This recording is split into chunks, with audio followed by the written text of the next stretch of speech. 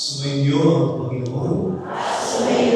Ang mabuting balita ng Panginoon ay kay San Lucas.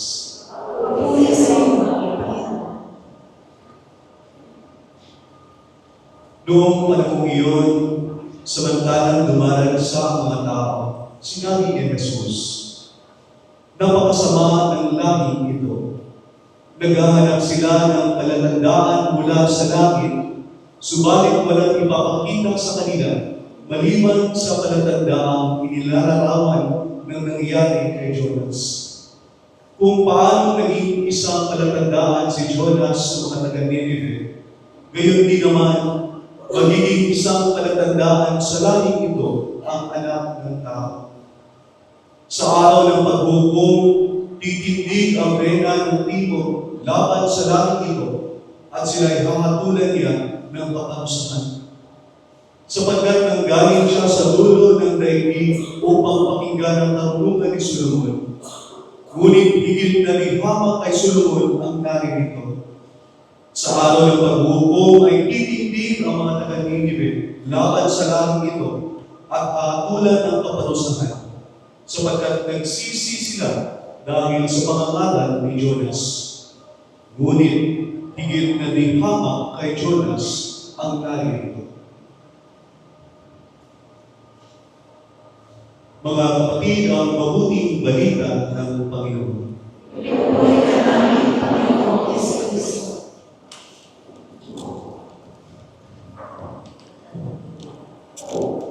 Magandang gabi po sa inyong lahat.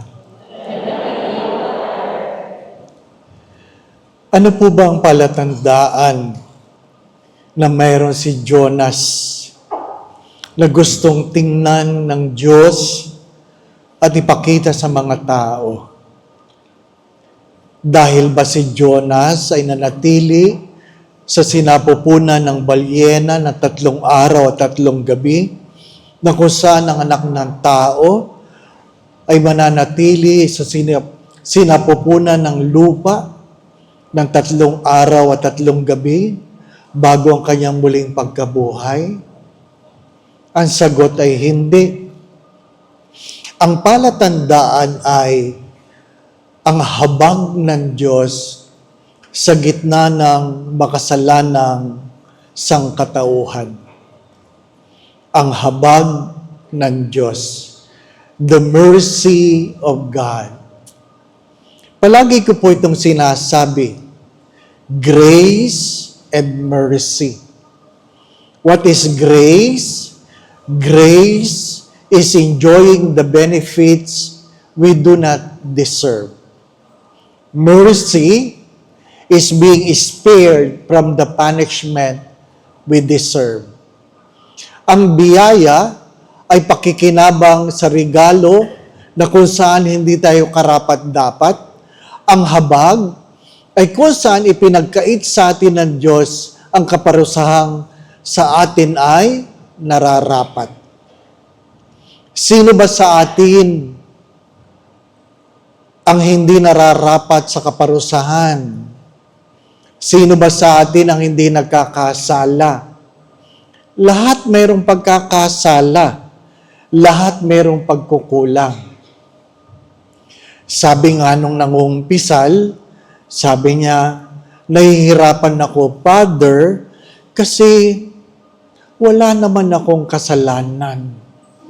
Pero gusto ko mangumpisal. Simple lang ang sabi ni Father, yun po ang kasalanan ninyo. Wala kayong kasalanan.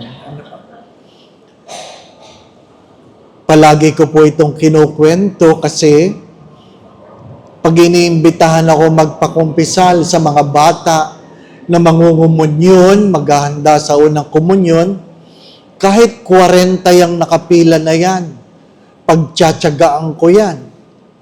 Bakit? At least kahit 40 yan, yung mga bata nagsasabi ng totoo. Yung matatanda kahit konti lang, nangumpisal na, nagsinungaling pa. Mga minamahal na mga kapatid, ano po ba ang palatandaan ng pagsisisi ay palaging may kaakibat na pagpapatawad. Ang pagsisisi, kahit gaano kalaking kasalanan, ang sino mang nagsisisi ay pinapatawad ng Diyos. The only wrong that God cannot forgive are the sins we refuse to ask for forgiveness. Ang natatanging kasalanan na hindi pwedeng patawarin ng Diyos ay ang kasalanang ayaw nating ihingi ng tawad.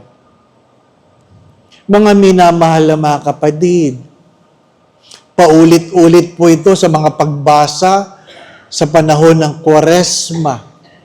Hindi sapat na ikaw ay gumagawa ng tama. Dapat iniiwasan mo ang mali.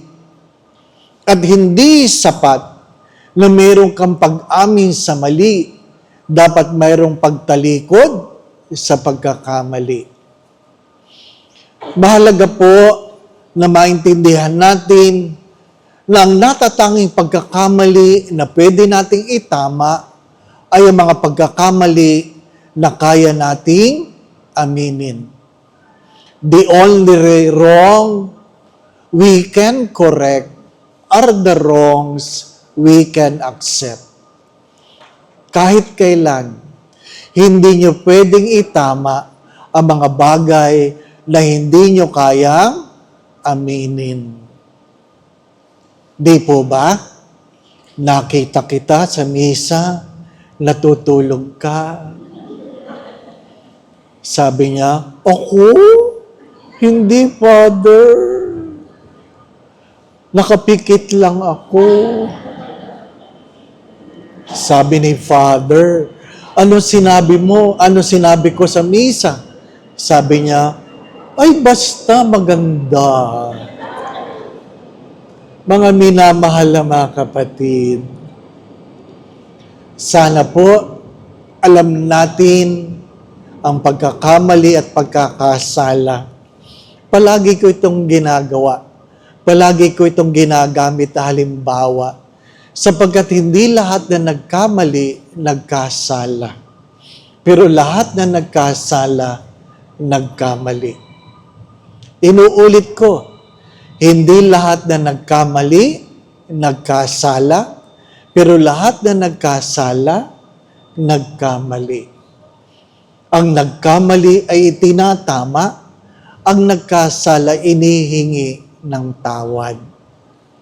Ano po ang ibig sabihin nun, Father?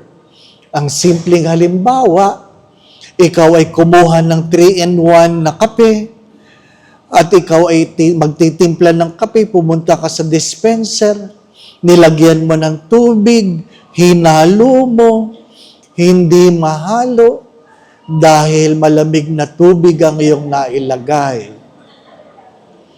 Hindi yung kasalanan.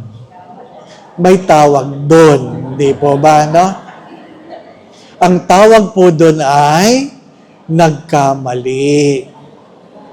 Yung pong nagsabing katangahan, kayo po ay nagkasala.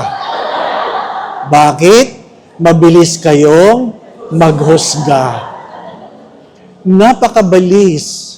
Mga minamahal na mga kapatid, mahalaga po itong matandaan na kahit kailan hindi ikinatutuwa ng Diyos ang kamatayan na makasalanan. Ang hangad ng Diyos ay merong pagsisisi, pagbabagong buhay upang magkaroon ng buhay na walang hanggan. Lahat ay may pag-asa. Lahat ay may pag-asa. Mga minamahal na mga kapatid, there are no hopeless cases, but sometimes there are hopeless people. Lahat may pag-asa. Pero pagkamisan, may mga taong sadyang sila nagsasabing wala na silang pag-asa. Amen. Mga minamahal na mga kapatid, gano'n man ang ating mga kasalanan, ang habag ng Diyos ay higit sa ating mga pagkukulang.